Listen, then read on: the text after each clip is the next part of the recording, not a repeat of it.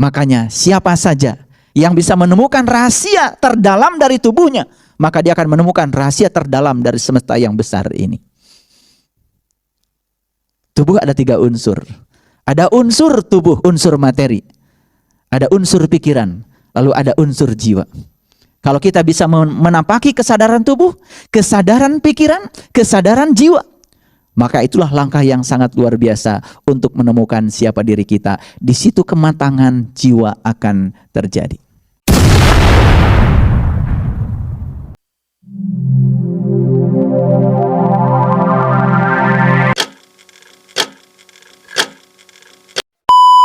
Kalau kita melihat udara, sepertinya melihat ruang kosong. Padahal sebenarnya di balik kekosongan itu ada sesuatu yang luar biasa bagi yang sadar. Kalau kita belajar angka-angka di dalam matematika, angka pertama biasanya belajar angka kan 0. Masih ingat dulu waktu kita TK kan belajar angka biasanya dari angka 0. 0 itu melambangkan kekosongan. Karena jauh sebelum alam semesta ini diciptakan, termasuk kita sendiri, yang ada adalah kekosongan itu sendiri.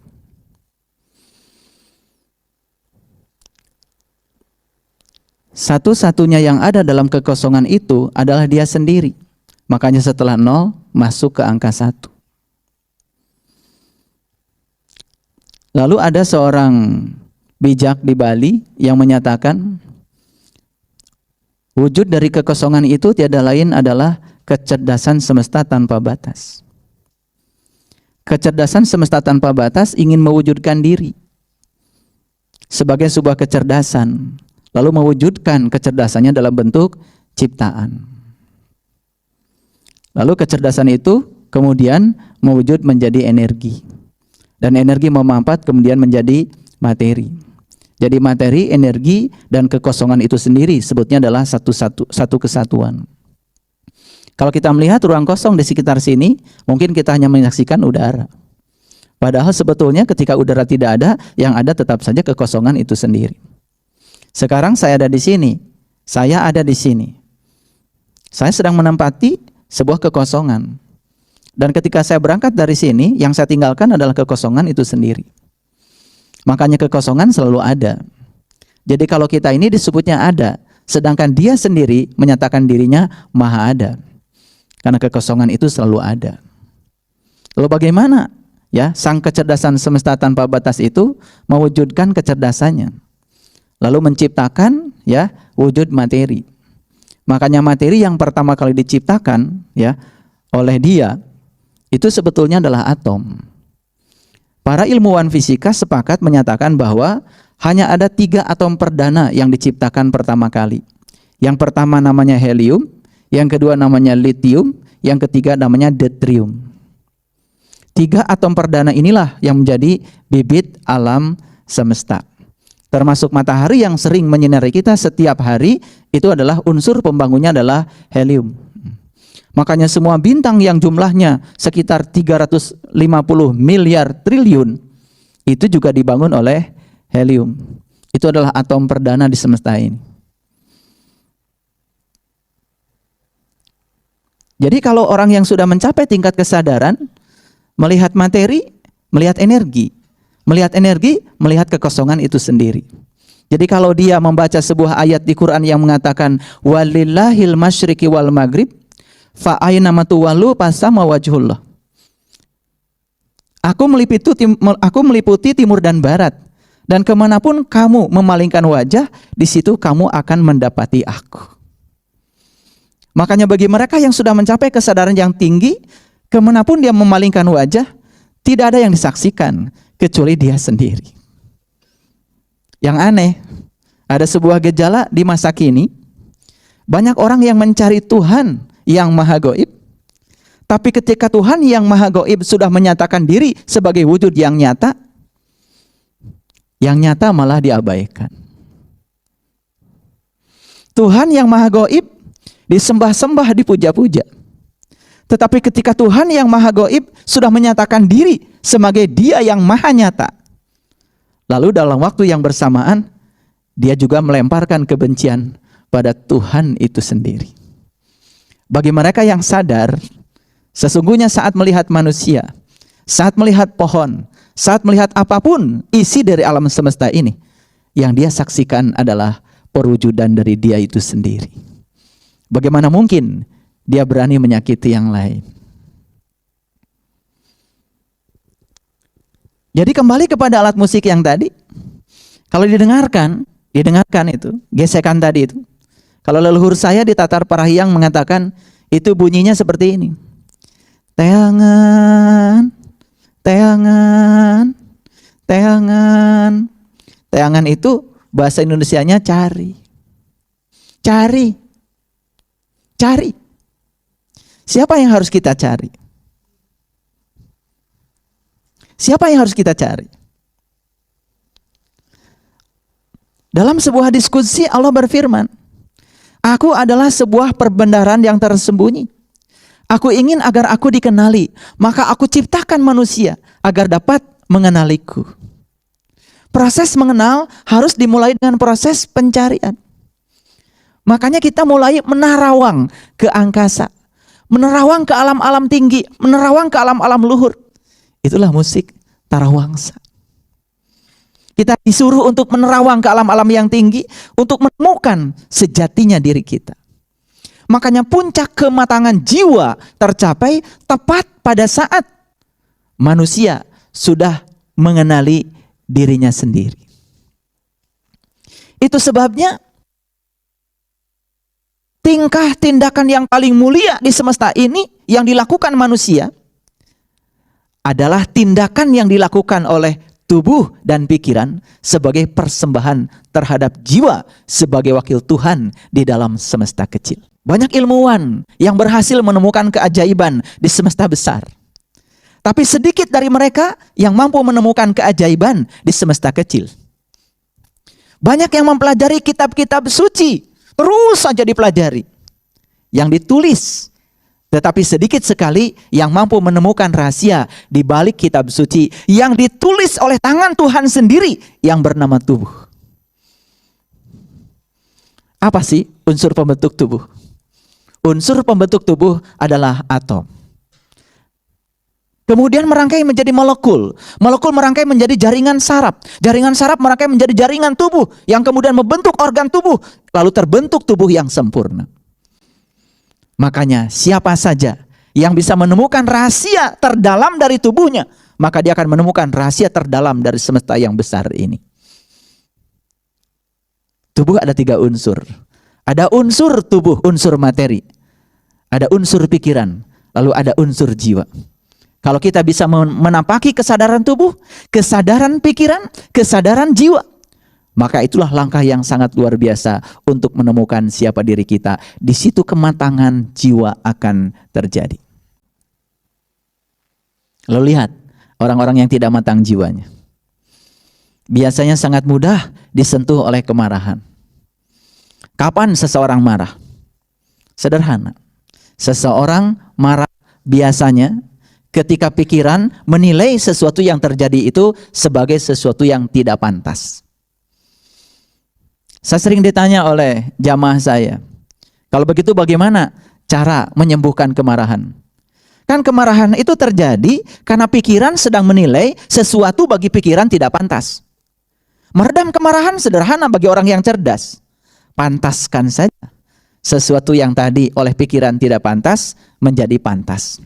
Saat kita memantaskan yang tidak pantas, sebagian bagian dari suratan takdir, rekaman data masa lalu yang harus kita selesaikan dalam kehidupan yang sekarang, dalam bahasa orang-orang bijak yang disebut dengan karma, segala sesuatu menjadi selesai. Ada orang yang menyakiti kita, mungkin kita menganggap tidak pantas dari sisi pikiran kita, lalu kita marah. Tapi begitu kita memantaskan apa yang terjadi sebagai sesuatu yang pantas dengan menasihati pikiran kita, jangan-jangan kita pernah menyakiti orang lain dengan tindakan yang sama. Lalu yang tidak pantas menjadi pantas menurut pikiran. Karena dinasehati dengan yang namanya suratan takdir. Rekaman data masa lalu yang dibaca sebagai karma yang harus kita bayar dalam kehidupan yang sekarang. Kan jadi selesai. Ada orang yang dalam kehidupannya terus-menerus tersakiti. Disakiti si A, besok disakiti si B, lusa disakiti si C, berikutnya disakiti si D. Apa ya? Orang-orang di sekitar saya menyakiti saya terus-menerus. Dan proses itu akan terus-menerus, tidak akan pernah berhenti. Mengapa? Karena saat hadir orang yang menyakiti, dia tidak mampu membaca tujuan kehadiran dia untuk apa. Coba sekarang, begitu kita melihat kehadiran dia sebagai tangan kiri Tuhan yang sedang mengajarkan kepada kita bahwa tindakan yang seperti itu menimbulkan rasa sakit kepada kita, kemudian rasa sakit yang kita rasakan mengajarkan kepada kita, jangan kamu melakukan tindakan yang sama kepada orang lain, karena orang lain akan merasakan sakit yang sama. Begitu pesan itu diterima, kita akan menerima pesan yang luar biasa. Lalu janji pada diri sendiri, begitu luar biasa sakitnya diberi tindakan yang seperti itu, maka saya berjanji untuk tidak melakukan tindakan yang sama kepada orang lain. Itu yang disebut dengan tanda-tanda Tuhan. Makanya di dalam Quran surat Al-A'raf ayat yang ke-40 ada ayat yang sangat indah. Bunyi ayatnya seperti ini. Innal ladzina kadzabu bi ayatina wastakbaru anha la tufattahu lahum abwabus samai wa la yadkhulul jannah hatta yalidal jamalu fi sammil khiyat. Terjemahan bebasnya gini. Sesungguhnya orang-orang yang mendustakan tanda-tandaku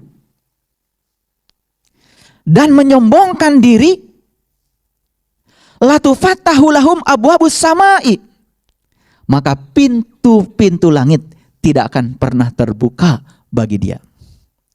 La yadkhulul jannah, bahkan pintu surga pun tidak layak bagi dia. Hatta yalidal jamalu fis samil khiyat, hingga unta bisa masuk ke lubang jarum. Kalau mendengar kata unta di Quran, pasti kebanyakan orang awam yang terpikir adalah sesosok binatang yang ada di Timur Tengah. Makanya banyak yang bangga ya. Ciri orang sudah pergi ke Timur Tengah, biasanya dia berfoto bersama unta. Jadi kebanggaan udah sampai di sana. Padahal di Quran kata-kata unta sama sekali tidak cerita unta yang di sana. Kalau Quran cerita unta adalah unta yang di sana, bayangkan negeri-negeri yang gak ada unta, berarti kan Quran tidak berlaku. Kata-kata unta di Quran bersifat simbolik, berlaku di semua daerah, di semua ruang, di semua waktu. Makanya ada ayat yang sangat indah di Quran surat Al-Hajj ayat yang ke-27. Bunyi ayatnya seperti ini. Serulah manusia untuk berhaji, maka mereka akan datang kepadamu dengan berjalan dan mengendarai unta yang kurus. Di situ ada kata unta yang sangat luar biasa. Ada beberapa kata yang penting. Yang pertama, serulah manusia untuk berhaji. Yang pertama, kata serulah. Siapa yang diseru? Manusia. Yang diseru itu manusia loh. Tidak ada batasan apapun. Yang diseru adalah manusia. Berulang kali di Quran, kata-kata haji selalu dikaitkan dengan manusia. Walillahi ala nas hijjul bait man istata'a ilaihi sabila. Wajib setiap manusia berkunjung ke rumah Tuhan. Bagi mereka yang tahu caranya, yang tahu jalannya. Dalam Quran surat Al-Hajj, serulah manusia untuk berhaji. Bagi saya, ayat itu sangat luar biasa, sangat menyentuh. Serulah manusia untuk berhaji. Kalau ada kata serulah, berarti ada yang menyeru. Berarti ada yang diseru dong. Siapa yang menyeru? Apakah setiap orang berhak untuk menyeru manusia untuk berhaji? Tidak. Di situ ada batasan. Yang berhak menyeru adalah orang yang sudah haji, yang sudah merasakan haji, yang sudah berkunjung ke rumah Tuhan yang sebenarnya, yang diciptakan oleh tangan Tuhan sendiri. Dia yang berhak menyeru. Lalu yang diseru tentu saja yang belum ke sana. tapi yang mau pergi ke sana. Makanya mereka yang menyeru. Di ayat itu, serulah manusia untuk berhaji, maka mereka yang diseru akan datang kepada yang menyeru. Hati-hati. Mereka yang diseru akan datang kepada yang menyeru dengan berjalan kaki dan mengendarai unta yang kurus. Ternyata haji menurut Quran kendaraannya adalah unta yang kurus. Lalu mana unta itu? Subhanallah. Ada unta, ada sapi betina, ada kendaraan, ada bahtera, ada kapal. Banyak istilah-istilah simbolik dalam Al-Quran. Intinya adalah kendaraan yang bisa mengantarkan sang jiwa menuju kepada kampung asalnya jiwa. Lalu kalau kita mau jujur, kelahiran setiap jiwa ke alam semesta ini tujuannya cuma satu. Untuk memperbaiki agar sang jiwa menjadi tambah baik. Kelahiran setiap jiwa ke alam semesta ini adalah untuk memperbaiki diri sendiri. Saya perlu menegaskan kata-kata ini. Kenapa? Karena banyak yang salah kaprah. Dikiranya dia lahir ke semesta ini untuk memperbaiki keburukan orang lain. Tidak ada perintah kelahiran setiap jiwa, kelahiran setiap individu memperbaiki orang lain. Perintahnya cuma satu. Kelahiran setiap diri kita ke alam semesta ini untuk memperbaiki diri kita sendiri. Lalu bagaimana Pak dengan keburukan orang lain? Perbaiki saja keburukanmu sendiri. Saat ketika kamu sudah berubah, maka perubahanmu akan beresonansi keluar dari dirimu. Dan orang di sekitarmu akan mengikuti proses perubahan itu dalam sekejap menjadi baik. Itu sebabnya banyak orang yang gagal mengubah situasi lingkungan. Karena apa? Dia berfokus keluar, tidak berfokus pada dirinya sendiri. Oleh karena itu, fokuskan ya pada perubahan diri kita sendiri, maka kita akan mampu mengubah situasi. Kalau ingin mengubah situasi di keluarga kita, rubah diri kita masing-masing. Kalau ingin mengubah situasi di rumah tangga kita, di masyarakat kita, rubah situasi dalam diri kita sendiri. Kalau ingin mengubah dunia, satu-satu cara mengubah dunia adalah mengubah diri sendiri.